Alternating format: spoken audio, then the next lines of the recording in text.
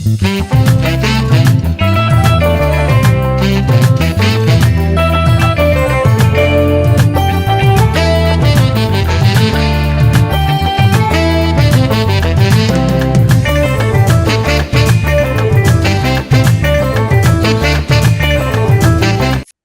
መደብና ተከታተሉ ኩልኻትኩም ኣብ ሙሉእ ዓለም ዘለኹም ከመይ ቀኒኹም ከመይ ኣለኹም ብኩሉ ነገር ፅቡቅ ክትኮኑ ፀሎትናን ምኞትናን እዩ እግዚኣብሔር ይባርኩም ሎም መዓልቲ ብዙሕ ኣብ ግዜ መዝሙር ግዜ ናይ ፀጋ ናይ በረኸት ናይ ዕልልታ ናይ ወካዕታ እዩ ተባሂሉ ኣድቨርት ምስ ተገበረ እዚ ናይ መዝሙር ብዙሓት ሰባት ከም ተሓጎስሉ ኣብዚ ፌስቡክ ብዙሕ ክዛወር ቀኒሎ ሕጂ ብዛዕባ ናቱ ኢና ዘተ ክንገብር እትቀባበላ እትሰራርሓ እትካየዳ ከመይ እዩ ዝብል ስለ ዝኾነ ኣብ ዘለኹም ሞ ብክብሪ ክትከታተሉኒ ዕድመኩም ብሩኻት ባንዳ ሓመፃኹም ሰላም ፀናሕከ ኣሜን ርእስኹም ኣፋልጡና እሞ ናብቲ ፕሮግራም ክንከይድ ኢና ብዙሓት እኳ ፈልጥኹም እዮም ጎይቶም ገብሬናስ ይበሃል ካብ ዋሽንግተን ዲሲ እንኳን ደሓን መጻኻ ፓስተር እዚና ናንበተወካ ፓስተር ዳኒ ዳንኤል ፀጋ ይበሃል ካብ ስዊድን ፓስተር እንኳን ደሓን መጻኻ እግዚአብሔር ይባርካ ኤልሲ ዘማሪት ኤልሲ ሃፍትኹም ኤልሳ ሰሎሞን ካብ ኬንያ ጎይታ ባርኩም እንኳን ደሓን መጻኹም ሞ ናብቲ ክስታይና ክንከይድ ኢና ናብቲ ዋና ድመፃናሉ ምክንያት ብጣዕሚ ተሓጒሰ ኣነ እዚኣ ታሪካዊት ድኾነት ተገይሩ ደይፍለጥ ኣብ ሙሉእ ዓለም ንመጀመርያ ግዜ መዘመራን ተኣኪቦም መዝሙር ነካይድ ተባሂሉ ግዜ መዝሙር ስለ ዝበፅሐ እዚ ንኩሉ ናትና ብፍላይ ንኤርትራ ኤቫንጀሊካል ቤተክርስትያን እዚ ኣገዳሲ እዩ ግዜ መዝሙር ክበፅሕ ከሎ እግዚኣብሔር ዝሰርሖ ነገር ኣሎ ማለት እዩ ሞ እግዚኣብሔር ይመስገን ፓስተር ዳኒ ነዚ ራእይ ወይ ድማ ነዚ ሓሳብ ኣብ ውሽጥኻ ከመይ እዩ መፅዩ እግዚአብሔር ይመስገን መጀመርታ ከምቲ ዓዲሙ ምሳሌ ፅቡቅ ገይረ ምስ ገዛ ርእሰይ ከላልየኩም ማለት እዩ ኣነ ዳንኤል ፀጋ ይበሃል ካብ ስዊድን በዓል ሓዳር ኣቦ 6 ቆልዑ 4 ኣወዳትን 2 ጓልትን ኣለዋኒ በዓልቲ ቤት ኣለትኒ ከም ጓሳ ማሕበር ኮይነ ድማ ኣብ ኦሮብሮ የገልግል ብሩኻት መገላግልቲ ኣለውኒ ብሩኻት ምእመን ኣለውና ኣብኣቶም ማእኸሎም ድማ ማሚቆ ይነብር በዚ ድማ ንኣምላኸ የመስግን ኣብታ ምፃኺ ሓሳብ እተይ ድማ ከኣቱ ማለት እዩ ፅቡቅ ውህበትን ሰናይ ውህበትን ካብ እግዚአብሔር እዩ እግዚአብሔር መስገን መጀመርታ እዚ ሓሳብ እዚ ኣብ ውሽጠይ ነይሩ እዩ ኣብ ምጥርናፍን ኣብ ኮሙኒኬሽንን ካብ ቀደም ሒዙ ሰብቲ ውሽጠይ ነይሩ እዩ ማለት እግዚአብሔር መስገን እዚ ነገር እዚ ድማ ኣብ ሕብረት ዘመርቲ ሽወደን ዝብል ምጥርናፋት ምስ ተጀመረ ኣነ ድማ ኣብ ማእኸሎም ኮይነ ይዓይ ነይረ ማለት እዩ ንሶም ኮይነ ሕግዞም ነይረ ማለት እዩ ስለዚ ነቲ ብደረጃ ሙሉእ ዓለም ዘለው ሕዋትናስ ይግበር እኮ ይስራሕ ወዚ ብደረጃ ሙሉእ ዓለም ዘሎ ክገብሮ ኣለኒ ኢለ ጀሚረ ማለት እዩ እዚ ድማ ካብ ውሽጢ ካብ ቀደም ሒዙ ነይሩ እዩ ናይ ሕጂ እውን ኣይኮነን ብዝተፈላለየ ምክንያት ብሓዳር ምክንያት ድዩ ዝተፈላለዩ መንገዲ ዝተሓዝየ እምበር ፀጋይ ምዃኑ ይፈልጥ እየ ስለዚ ካብ ዝተበገሰ እዩ እቲ ሓሳብ መፅኡ ነይሩ እዩ ሓድሽ ሓሳብ ኣይኮነን በብቲ እግዚኣብሔር ይመስገን ስለቲ ኣብ ውሽጥኻ ደቐመጦ እሞ ከምዚ ምኻዱ ደስ ይብለካ ሕጂ በብቲ ኤርዩ ይግበር እንድዩ ናይ ሙሉእ ዓለም ምዃኑ እዩ ፍሉይ ኣቢልዎ እግዚኣብሔር ይመስገን እሞ ነዚ ኣብ ውሽጥኻ ተቐመጠ ፀጋ ነዚ ራእይ ኣብ ካልኦት ሰባት ምስ ኣካፈልካዮ ከመይ ረኺብካዮ ኣክቹዋሊ እዚ ሓሳብ እዚ ምስ ኣቕረብክዎ ገለ ሰባት ዋ ሚልዮን ከማ እንተዝህልወና ነዚ ነገር እዚ ኣይምግበርናዮን ኢሎምኒ ማለት እዚ ክኸውን ናይ ክእልኒ እዚ ብጣዕሚ ገለ ዝብል ሓሳብ መፅኡ ነይሩ ብገለ ድማ ዋ ኣጆኻ ዝብሉ እውን ነይሩ ነብቶም መዘመራን ምስ ኣቕረብክዎ ግን ኣዝዮም ተሓጒሶም ካብ ፓስተር ጌትሽ ጀሚርካ ማለት እዩ عوشتو خمس نبرة أبتم زرخوكو مزمرانون عوشتم كم تصنح عزيم كم تحجسوا زبهجون تسمعون كم زنورو مسنجورني إذا أملاح مخانو الرجاجيته إذا أملاحون وشت أول مسكر لينيريو ناتو مستدمر دما عزيو تحجسن confidence دما عزيو عبي مالتي እግዚአብሔር ይመስገን ፓስተር ጎትሽ ነዚ ራእይ ምስሰማዓኻ ከመይ ብጣዕሚ ኣክቲቭ ኣለኻ ሞ ከመይ ረኺብካዮ ኣምላኽ ይመስገን ምስ መገሻ ብዙሕ ካብቲ ናይ ኣኼባ ዝገብርዎ ዘሎ ዝመርሖ ቀደም ኣብ 2 ሰሙን ብዙሕ ኣይኣቱን ምስቲ ኮንፈረንስ እንዳተዋቕዓኒ ግን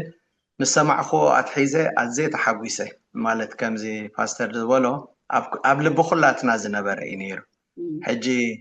መን ጀመር ራእይ እምበር ነቶም ሕብረት ሰሜን ኣሜሪካ መራሕቲ ምስ ካናዳ ምስ ኣውሮጳ ምስ ኣፍሪቃ ዘሎስ ማእከላይ ቦታ ደሊኹም እንዶ ግበሩ እብሎም ነይረ ማለት እዩ ሕጂ ፓስተር ዳን ቀዲሙ ማለት እዩ ናይ ራእይ ጉዳይ ከዓ እንታይ እዩ ብመንዕየ ዘይኮነ ጥራሕ ተዓየ እዩ ኣብ መጨረሻ ነቲ ዝተጀመረ ኢድካ ምሕዋስ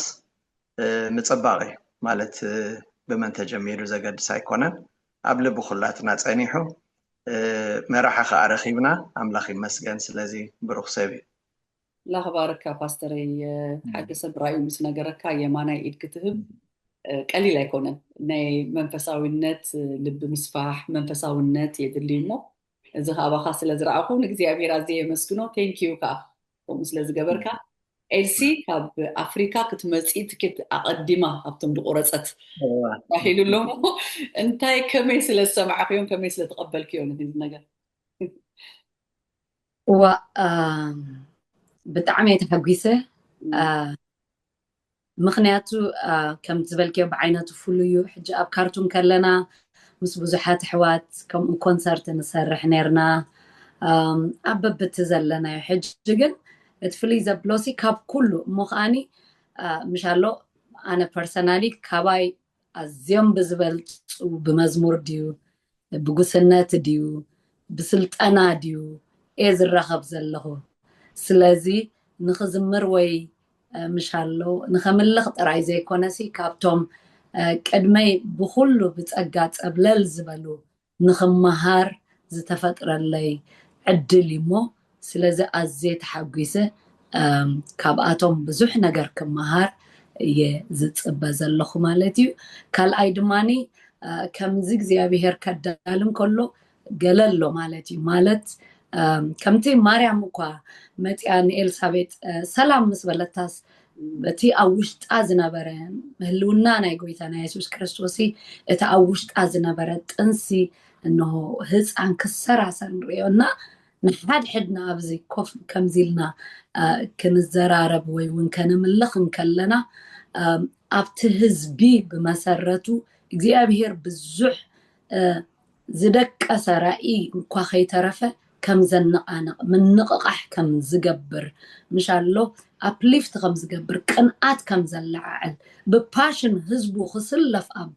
سراويتو كاللعال كم زتت أملو أمنتيو نعانا خأنا حدنا حاتين كم زسحلو كنس حال تسقى إمبارت خنا الجبابر إزي عبيز خنا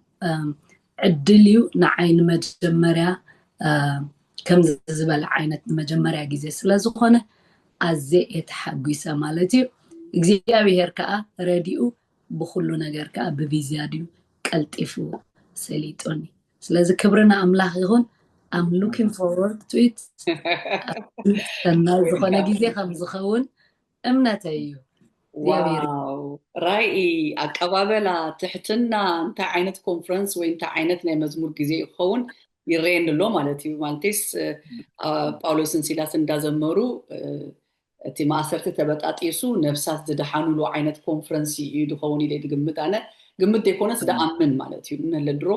እቲ መንፈስ ይርዳኣንሎ ካልኻ ያሪኮ ድፈርሰሉን መሲሉ ይስማዓንሎ ምስጋና ድብል ብዙሕ ግዜ ጾም ጸሎት ከምዚ ናይ ከምዚ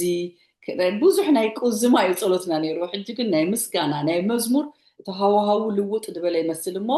ደስ ይበልና እቶም እዚ ናይ ኢቫንጀሊካል ቤተክርስትያን እግዚአብሔር ገለ ነገር ይገብር ከም ዘሎ ይድርዳእካ ሞ እግዚአብሔር ይመስገን ጎይታ ባረኩም ብሩኻት እሞ እዚ እቲ ፕሮግራም ከመይ እዩ ዝመስል እቲ መደባት ከመይ እዩ ዝመስል ፓስተር ዳኒ ዲኻት ጅምረና ጎይቶም አው ስለ ዘለኹም ከመይ ድኾን እንታይ እዩ ዝግበር ዘሎ ንክንደይ መዓልቲ እዩ ዝካየድ ዘሎ እቲ ፕሮግራማት መዝሙር ጥራይ ድኸውን ከመይ እዩ ኦኬ እግዚአብሔር ይመስገን አክቹዋሊ ንኩሉ ዝሓቁፍ እዩ ስልጠና አሎ ኮንፈረንስ አሎ ትምህርቲ ሓዘል እዩ ንኩሉ ዝሓቁፍ እዩ እቲ ተዳልዩ ዘሎ ንሰለስተ መዓልቲ እዩ ዓርቢ ቀዳም ሰንበት እዩ ስፔሻል ዓርብን ቀዳምን ብዙሕ ግዜ ኣለና ማለት እዩ ስለዚ ትምህርቲ ኣሎ ስልጠና ኣሎ አምልኾ ድማ ኣሎ ንኩሉ ዝሓቆፈ እቲ ተዳልዩ ዘሎ እቲ ትምህርቲ ብዛዕባ እንታይ ዘመርኮሰ ትምህርቲ ቶም ተመልከትና ነዝሪኦም ተዓዲቆም ተዳልዮም ክመፁ ብዛዕባ ብዙሕ ዓይነት ስልጠና እንዲካይድ እንታይ ዓይነት ስልጠና ይድኸው ኣብዚኣ ኣብቲ ስልጠና እንታይ እዩ ካብዚ ዝኣክል ተኣኻኺብና ኣብ ስዊድን ምስ በፃሕና እቲ ናይ ንግሆን ናይ ምሸትን ነዊሕ ግዜ ስለ ዝኾነ እንተ ደኣ ናይ ምሸት ኮይኑ እቲ ፕሮግራም እቲ ናይ ንግሆ ከዓ ክንጥቀመሉ ኣለና ኢልና ማለት እዩ ሕጂ እንታይ ኢና ክንጥቀመሉ እቲ ናይ ንግሆ ኩሎም ቶም ኣብ ስዊድን ዘለው መዘምራን ናይ ኩለን ኣብያተ ክርስቲያናት ክንገሩ እዮም ስለዚ ብሙሉኦም ኣብቲ ናይ ንግሆ ዘሎ ግዜ ብዛዕባ መዝሙር ከነሰልጥን ኢና ማለት እዩ ቁሩብ ኣብቲ ቅድሚኦም ብምፅናሕናስ ቁሩብ ተረዳእና ንዓና ከመይ ጌርና ናብቶም ሓደሽቲ ወለዶ ዘለው ኣብቲ ከተማ መዘምራን ብሙሉኦም ናይ ትምህርቲ ከመይ ጌሮም መዝሙር ምድራስ እንታይ እዩ ከመይ ጌርካ ትደርስ ብዛዕባ መዝሙር ዘለዎም ኣፍልጦ ዘበርኽ ነገር ክንገብር ኢና ማለት እዩ ስለዚ እቲ ናይ ንግሆ ምስ ኩሎም ቶም ኣብ ስዊድን ዘለው መዘምራን ነዚ ኩላቶም ዕዱማት እዮም ቶም ኣብያተ ክርስቲያናት ዳን ንውስኸሉ ኸውን ኢና እዚ ስለዚ እሳቶም እንተደኣ መፅኦም እቲ ናይ ንግሆ ምስኦም ኢና ናይ ስልጠና ግዜ ክህልወና ማለት እዩ እቲ ናይ ምሸት ከዓ ናይ ኮንሰርት ግዜ ኮይኑ ኣብኡ ከዓ ናይ ቃል ኣምላኽ ግዜ ክህልዎ እዩ ማለት እዩ ኣምላኽ ይባረክ ኣሜን ጎይታ ባረካ ካልእ እቲ ኣብቲ ልፍሌት ኣውፂኹምዎ ዘለኹም ኣብቲ ኣድቨርት ፓስተር ዳኒ መዘምራን ኩሉ ዝሓቆፈ ኣይኮነን ንምንታይ እዮም ገሊኦም ካብቲ መዘምራን ጥራይ ዝኸውን እቶም ካልኦት ዘየለው ንምንታይ እዮም ኩሉ መዘምራን ኢልና ብስእሊ እሞ ንምንታይ ከምኡ ኮይኑ ነቶም ዓይነትም ነቶም ናይ ቀድሚ ኩሉ ዝሓቆፈ ማለት ኣብቶም ማእኸሎትን ዓበይትን ንክትብል ዘለኺ ኣበይናይትን እቲ ኣብቲ ስእሊ ኣብቲ ኣድቨርት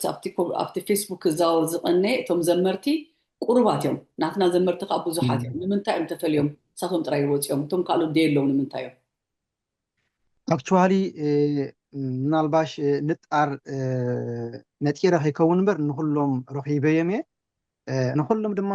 ፈቃደኛት ኮይኖም ብኣጋጣሚ ግን ብስራሕ ምክንያት እዮም ተሪፎም ኣብ ዝመፅእ ድማ ዳርጋ ቡካ ግበረና ኢሎም ንሎ ገሊኦም ከዓ ስለዚ ናይ ስራሕ ምክንያትን ነዚ ናይ ምጥዓም እምበር ዳርጋ ኩሎም ፈቃደኛ ኮይኖም ዳርጋ ረኺበዮም እየ መብዛሕትኦም ናይ ቀደም ድማ ይፈልጦም ስለ ዝፀንሐኹ ንኩሎም ረኺበዮም እየ ግን ብናይ ስራሕ ጉዳይን ናይ ብኸመይ እምበር ዳርጋ ኩሎም ፈሊጦም እዮም ኣብ ዝመፅእ ግዜ ግን ከም ፈቃድ ኣምላኽ ሓብሩና ማለት እዩ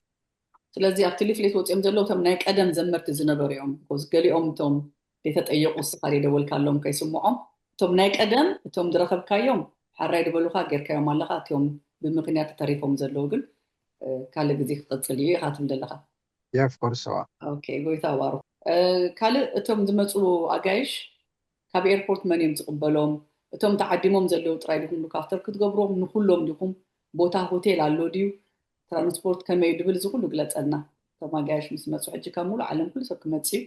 ምስ መፁ ከመይ ትቀባበላ ድኸውን ካብ ኤርፖርት ናብቲ ሆል ድወስድ ምግቢ ሆቴል ከመይ ገንዘብ ድክፈሉ ኣለዎ ድዩ ጠርነፍ ኣቢልካ ንገረና actually ገንዘብ ዝኽፈሎ የብሉን እቶም ንሕና ብሓላፍነት ሒዝናዮም ዘለና ማለት እዩ እቶም ዘመርቲ ሸውዓተ ዝኾኑ ሙዚቀኛት ይህሉ እዮም ንዖም ኢና ተዳሊናሎም ዘለና እቲ መደቀሲኦምን ምግቦምን ትራንስፖርቲ ምስ መፁ ተቐቢሎም ኣብ ቦትኦም ዘብፅሕዎም ነቶም መዘምራን ሙዚቀኛት እዮም ማለት እዮም እቲ ካልእ ግን በዓሉ ነፍሲ ወከፉ በዓሉ ነፍሲ ክኽእል ማለት እዩ ኦኬ ከብደና እያ እቲኦም ዝዓደምኩሞም ግን ሙሉ ብሙሉ እያ ደላ ማለት እዩ ሩድ እዩ እዚ ስለዚ በዓልኩም ርእስኩም ካልእ እስቲ ናይ መንእሰያት ቆልዑት ክመፅኦም እሞ ከመይ ይኸውን እሱስ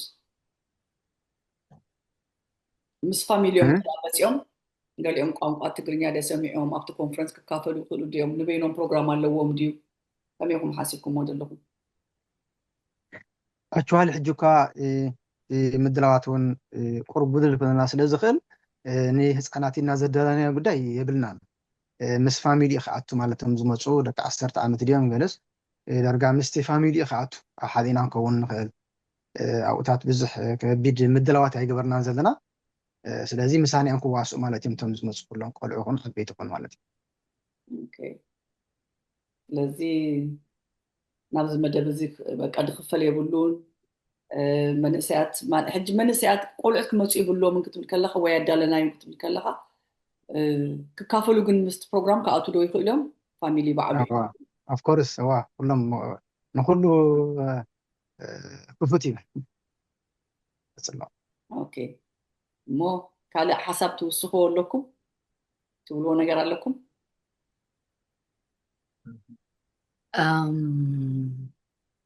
أنا وصلك أنا كبلو زدليا مود أساسي تهزبي بقى لبو خفيتو نخمات أبزناي مود أتا زمنسي إجزيا بيهر تدحرواي زناب زنبلو اتناي كبري زناب زنبلو جيزي نمتقات قويتانا يسوس كريستوس እንዳተት አባበና እናገልገልና ምስኡተት አቢቅና ንጽበየሉ ጊዜ እሞ አምላኽ ከዕጥቀና ዝመደቦ ኮይኑ ይስማዓንሞ እቲ ህዝቢ ብምጽብባይ ክመጽእ በቃ ከነምልኽ ክንብል ከለናሲ ከምትቶም 24 ሽማግለታት እኖ አንታ ንስኻ ንብዘሎ ፈጢርካዮ ስለ ፍቃድካ ኢሉ ከዓ ኩሉ ተፈጢር እሞ ክብርን ምስጋናን አምልኾን ክትወስድ ብቁዕ ኢኻ እናበሉ ኣብ ቅድሚ ዙፋን እናሰገዱ ኣኽሊላቶም ይድርብዩለው ይብለና ኣኽሊላቶም ናተይ ዝብልዎ ስልጣነይ ዝብልዎ ትምህርተይ ዝብልዎ ኩሉ ነገር እንዳ ርእሶም ኣብ ቅድሚ ኣምላኽ ትሕት እንዳበሉ የምልኽዎ ኣለው ንሕና ከዓ ምስኡ ኮይና ከነምልኾ ተዳሊና بخل بلبنا خفيتنا كنمت مخنياتو أفتا أملاخ بحقن بمنفسن زي سجدلو بتعم دس دبلن قالالو أب محلي شو دش عسرت خلطة نفسي كي تفلت أتني أب سرقلات خبور هزبي أقن ما تأتني إزي أبيهر بحقن بمنفسن زملخ أملخو بهيلو أب هزبو أب تمهليت هزبو زنبر أملخ كنبر كله أب أخ أجزابير بارخ أملاخ يمت صقد ما أيبلن أب كدمي زبالة حوله زبالة حوي حسر مسر كبهوتنا نعوز يخبر كتري سلمات زبالة كقنطت إنه هو مركو زبالة خملس ما أسرت زبالة كفتح هاليلويا حزن زبالة خد أنا እግዚአብሔር ኣብ ማእከል ህዝቡ ኣብ ማህሌት ናይ ህዝቡ ክግለጽ እሞ ነዚ ተጸባቢና ንምጻእ ካብቲ ቅድሚ ሕጂ ዝረኣናዮ ዘይኮነ ልዕል ብዝበለ እግዚአብሔር ይባረኽ ተዳሊና ክንመጽእ ነዚ መልእኽቲ ከመሓላልፍ ይደሊ እግዚአብሔር Thank you Elsie anyway መዝሙር ጥራይ ኮነ ሰባፊቱን ይኺ እጁን ከሰብክና እግዚአብሔር ይባርክ ቃል ፓስተር ጎይቶም ትብሎ ነገር ተለካ ፓስተር ኩዳና አምላክ ይባርካ ጽቡቅ ይላላ ሰሓፍተይ ብዝያዳ እቶም ኣብዚ መሪሕነት ምስዳን ዝሰርሑ ዘለው ብሓላፍነት ዝሃቦም ዘመርቲ ዝመፁ ኣዝዮም ተወፊዮም ነዚ ዕዮ እዚ ይሰርሕዎ ኣለው ምስ ሙዚቀኛታት ኩሉ ፃዕሪ ብዙሕ ኣቶም ከም ዘሎ ሪኦ ኣለኹ ትጋሃቶም ኩሉ ስለዚ ኣብ መወዳእታ ኣምላኽ ይባርኮም ንዖም ነቲ ህዝቢ ስዊድን ግና እዚ ብዓይነቱ ፍሉይ ዝኾነ ንኩሎም ማለት ኩሉ እቲ ህዝቢ ክበፅሖ እዚ መልእኽቲ ደሊ ምክንያቱ እቶም ናይ እግዚኣብሔር ዘመርቲ ኣብዚ ዘመን እዚ ብኣካል ኣብ ጥቓኻ መፂኦም ኣብ ከተማኻ ኣብ ሃገርካ መፂኦም ካብ ዝተፈላለየ ክሳብ ክንዲዚ ዋጋ ከፊሎም መፁ ስለ ዘለው ሓደ እቶም መዘምራን ብዘይ ገለ ጎድለት ኩሎም መፂኦም ኣብቲ ናይ ስልጠና ግዜ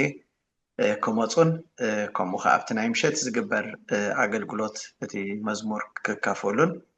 ከምኡ ከዓ ምስቶም ዘመርቲ ሕብረት ግዜ ክህልዎም ከዓ እውን ስለ ዝኾነ ናይ ምኽሪ ናይ ምዕዶ እቶም ዝፈትዎም ብርሑቕ ከዓ ዝፈልጥዎም ሰባት ይመፅዎም ስለ ዘለው እቲ ህዝቢ ይኹን እቶም ዘመርቲ ኣብ ከባቢ ስዊድን ዘለው ብምልኦም ክመፁና እቲ ዓብይ ኣኼባ እዩ ዓብይ ጉባኤ እዩ እግዚኣብሔር ከዓ ዘለዎ ስለ ዝኾነ ብዓብዩ